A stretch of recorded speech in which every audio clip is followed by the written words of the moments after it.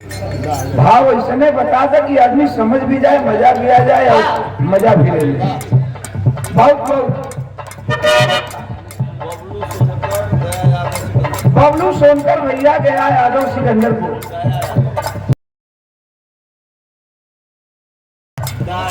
दाया यादव सिकंदरपुर भैया के बहुत बहुत नमस्कार प्रणाम।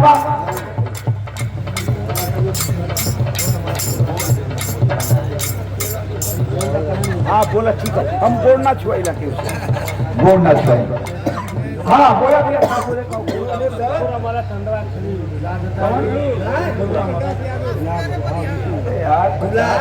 सुनत हुआ। ठीक हो तो हम ठीक हो तो पहले उन्हें शुरू कर दी। 100 रुपया का पुरस्कार गुलाब भैया बहुत बहुत नमस्कार प्रणाम। बात तू कहीं अला तो ठीक हो, तार सम्मान हो। अब हम खड़ा होकर और गाना का योजना दिन सुखवे राम का गाना कान उठा दी। कान तो हम बोलते गोली खुदे याद नहीं किया। हम इतना कांड बोली कि कांड गावत तो हमें खुदे याद ना हो कि कितना हम कांड बोली, कितना आप लोगों ने प्यार कांड कर दिया। अब हैतनी बिहार वाली लगा ले हम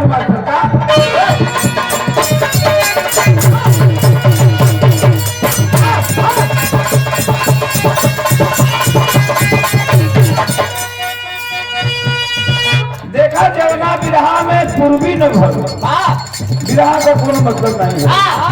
और ये हमार पूर्वी का कई छह रूप होला। ये वो बिहार का रूप पूर्वी का काम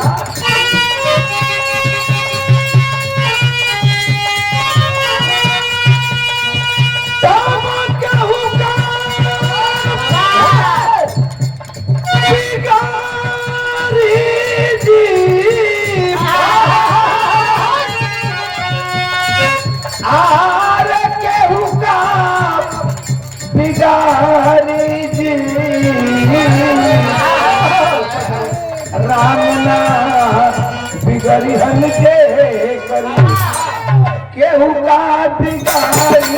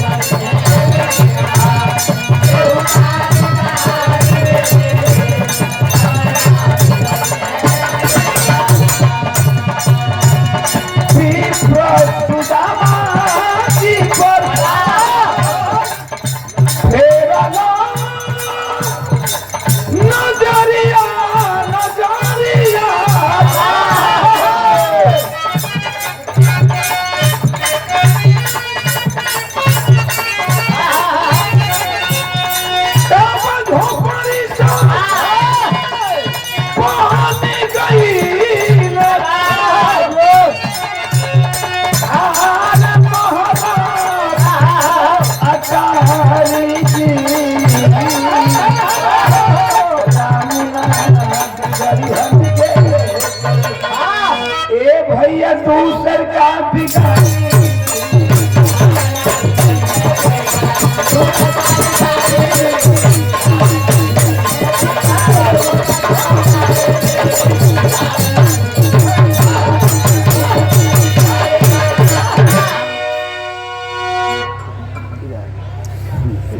शिवलिंग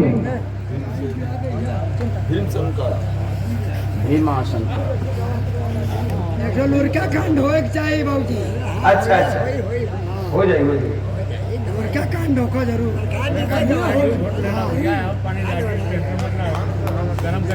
लेकिन तो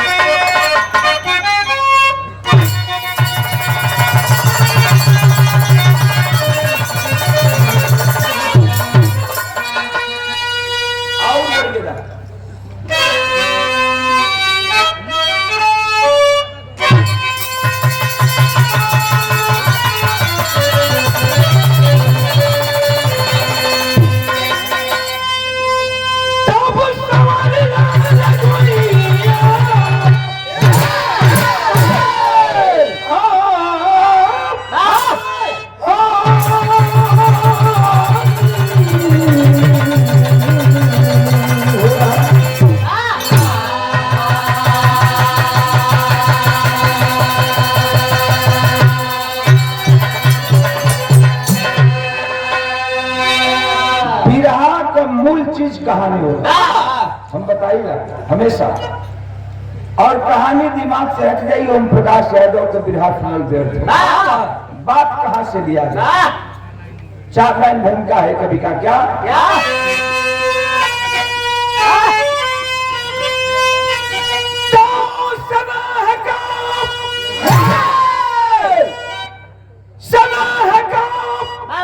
सिंधुवासु में ढलही जरा,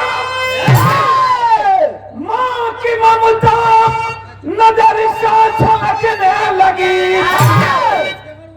प्यार भाई का कोरा कफन बन गया, दिल की खुशियां भी गम में सिमटने लगी, बांध कर भीम फेंका गया वारी में, पहुंच ही लोग मैं तो बलवानी दिलाई, पी गया सोम सारा तो आए उमा पत्थरा, उधर फान सारे निकाले जमलाई।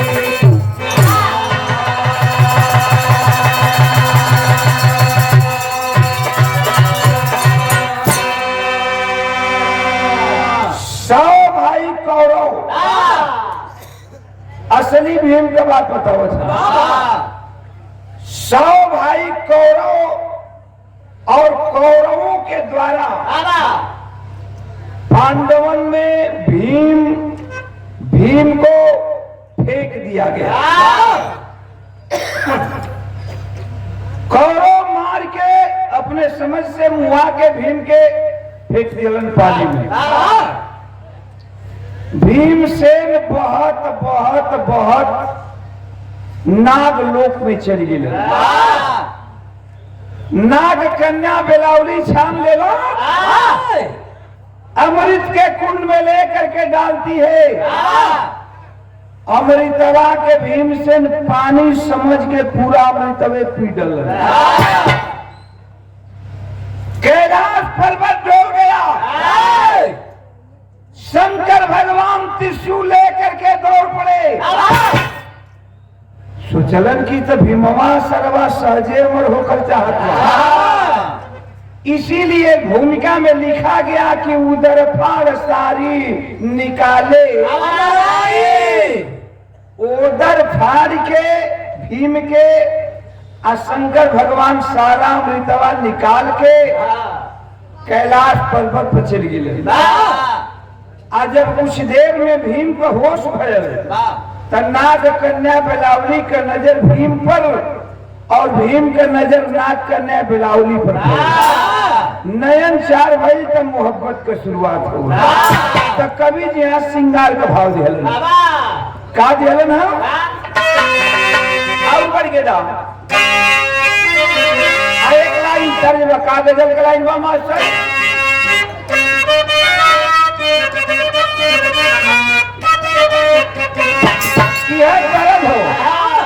कि मेरी हालत बता दी कि ये विरहा का आज से 25 वर्ष पहले हमारे उस्ताद हो विरहा जब हमारे उस्ताद गोलन 25 वर्ष पहले, तो वो समय हम सीखत रहे। आए विरहा कम के लिख के दे रहे। वो समय में प्यार भयल आ प्यार भइल तो कवि जी श्रृंगार का भाव दिलन कि प्यारी तरज भाव कि मेरी हालत पे दुनिया हंसे तो हंसे, आपका मुस्कुराना जरूरी नहीं, लेकिन गीत से सुंदर, गजल से सुंदर हमरे बिरहा का फर्ज बा। बिरहा में लिखल का था कि प्यार के बूंद में जब मरुस्थल से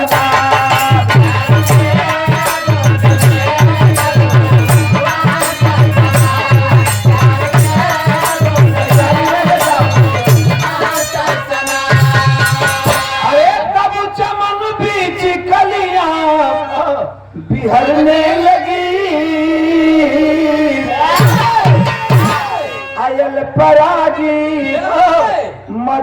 मधु को चाखल चला।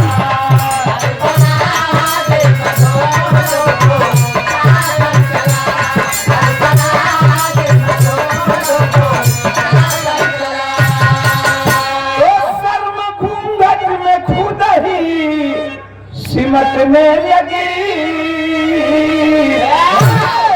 यहाँ से बात का शुरुआत हो गई कि अनुराग भीम के दिल में जब तूफान लेकर आया, चंचल की पवन की छोरी बहु पास में आया।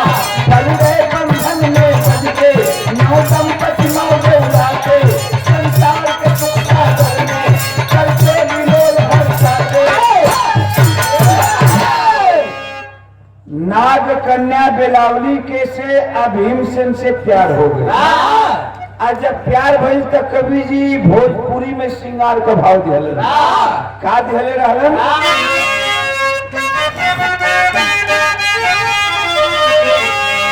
कि टिकुली के सलावा पे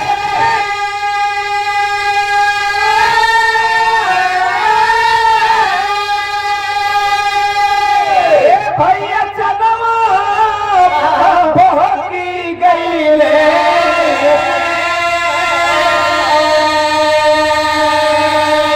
जरा पे पकड़ा लगाई रे गुजरिया।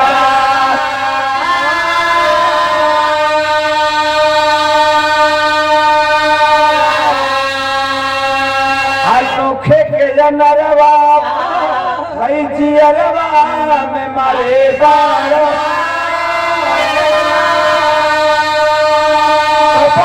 रस दीनावा बिताई रे गुजरिया।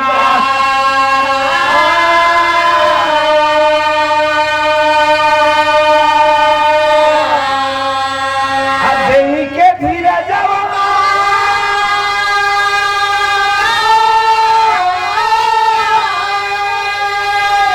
भैया भीम, देही के धीरे जवा भानवा चलेला भीमा। गोदी में ललनावा खेलाई रे गुजरिया।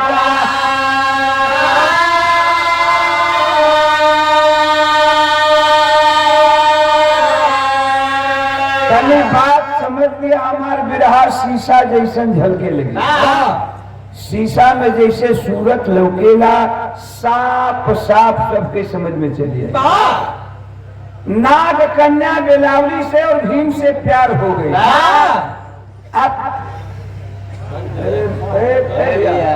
सारा बतिया मत जाइए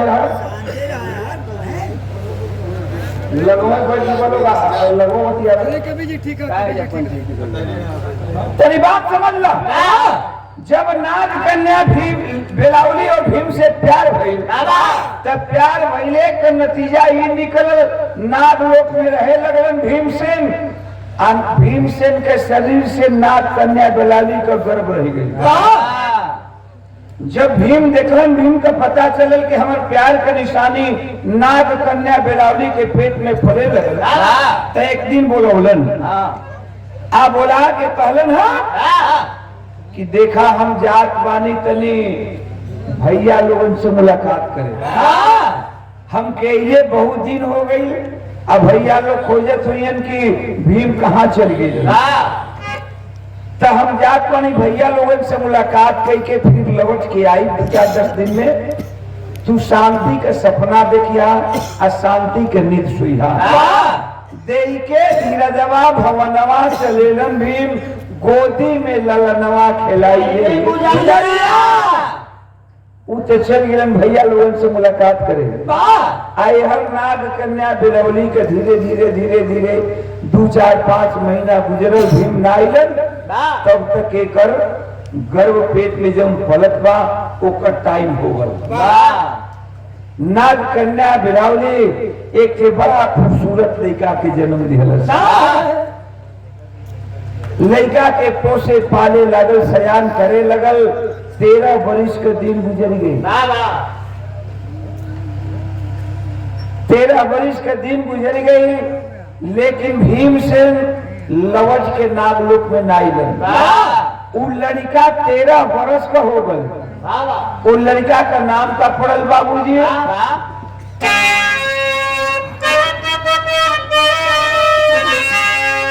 कि अरे नाम बुलाया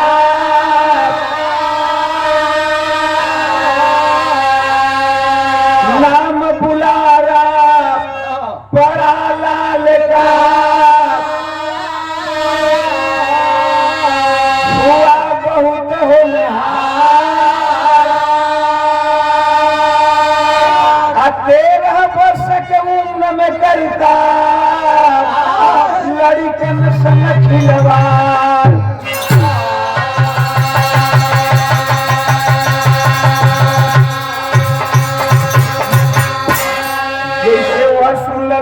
कुंभकर्ण का बेटा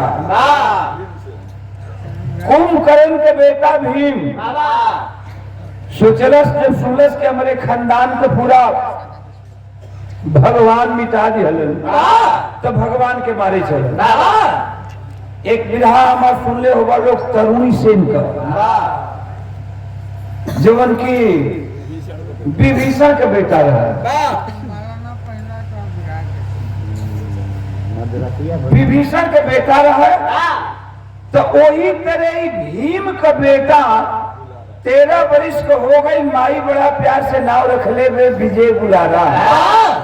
एक दिन वो विजय बुलारा पुरनकी खेल जमा दिया। पुरनकी खेल गुली डंडा वाली। आज न क्रिकेट चल गल ले चौका मार छक्का। हमन के जमाने में का जाने तो उनके जमाने में तो उनके खेल सकिना हमनी के गुली डंडा खेल ले हैं। हाँ गुली डंडा खेल ले हैं। जंगिया में हेतर लगा के मारल जाए आ फिर जब जहाँ गुली चल जाए और ना रोकाए तो कोई जाए गिने शुरू कर जाए वेणी दोनी तिल्ली चौड़ी चंपा। हाँ गुली डंडा खेले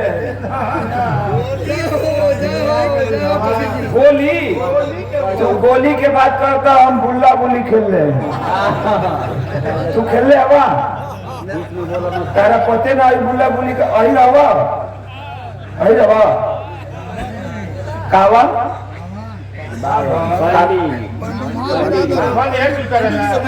पंडित जी हुआ कब काले बुला बुली कहा जाऊंगा और तब न जनते मरता हमारे बिरादरी रहते तो बुला बुली जनते। हम सच्चाई बताओ थे बुला बुली तो नहीं के जनता सर ओ हम हमार घर बोला मत यार तू। हमार घर गंगा जी के एकदम किनारे पर बक्सर में जीवना गांव का नाम हो कि पूरा और एक लड़का आई है भाई गाय भैंस खूब चरौले हैं खूब चरौले हैं। जेठ के दोपहरिया में भैंसिन के अपन ले जाई जा गंगा जी धोवे चरा के तो वही पानी में भैंस हिर जा सो हमने के बुला बुली खेले लगे जाए। तो कैसे बुला बुली खेल जाला मुहवा में पनिया लेके मारल जाला। तू बुला बुली खेले बड़ू मेरा तब तो थोड़ा हमारा संगे चले के चाहता है सिखा देती पानी में बुला बुली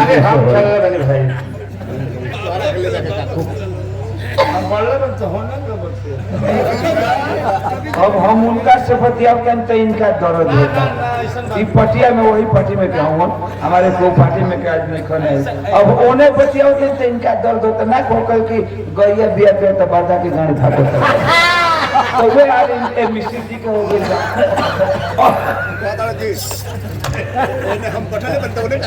अब बार बार कहता हम मैंने खाने तो उन्हें कत्ती को अरे लो अब कहे कर भी गए है मुझी के झूरा लोग है ना मन कहीं के तू जरा पंडित जी तोरो एकदम धूप गई। अरे हम हाथ थोड़े बने उनका के नोचत बकोटा थोड़े बने हम तो कहनी है कि मीरा जी बुला बुली खेलने बड़ो कहलिए कि ना तो हम कहलिए कि चलो 2-4 दिन हम सिखा दी पानी में खेलल जाला। वो भैंस छोड़ दी जा हिल जाता पानी में धोई के मुहावा में लिया जाला पानी आ पनिया में मारल जाला और कुछ पनिया में मरबा आ तब हे करल मरबा पक क दी तो बुला आ जहां एगो पक ना कइले फुक क दिहल तो बुली तो बुलिया चोर हो जाए। अब वही पानी में बुलिया भागी और बुला पनिया में पनिया के भीतर पकड़ी कहीं बुली भेटा गई वही पानी में एक तरह बुला बुली खेलल तो सिखावे खातिर हमारे 2-4 दिन लागी तारा के और पौरे पहले तक सिखाए तो पौरे रुकना ना पौरे लू तब तो 4-5 दिन 10 दिन लाग अब पवन रहू नहीं खी जा तब अब पहले पौने सिखाए के पड़े इनका के तर हाथ पेट पर सुता के हाथ पर पेट कुनिया सूती हम कब की गोड़ फीटा पहले 5 दिन ते तर लगी पौने के सिखा में आईना डाले हो एवं देखा भाई हम अपने बात कहिला आ सही कहिला अब तो लोग बुरा मत मनिया जाके हम कोनो बात ना कहिला कि हम गलत बात ना कहिला भले तनी पहले जीवन मिश्र जी के भले तकलीफ लागत हुई कि हम वही पार्टी कहे ई भर्ती आवत है सरकार की भर्ती आवत 100 रुपया के पुरस्कार पुजारी बाबा हमरे नंदलाल मौर्य जी पुजारी बाबा के चरणों में कोट सा नमन है। मालिक सुखी रखे दैत्रा बाबा का आशीर्वाद लगे। खैर छोड़ा ये सब तो मौज पानी खाती कही देवी हाई गाना पर हमरे ध्यान दा ये सब क्षणिक आनंद हो। हंसना बोलना ये भी जरूरी है लेकिन हंसल बोलल क्षणिक आनंद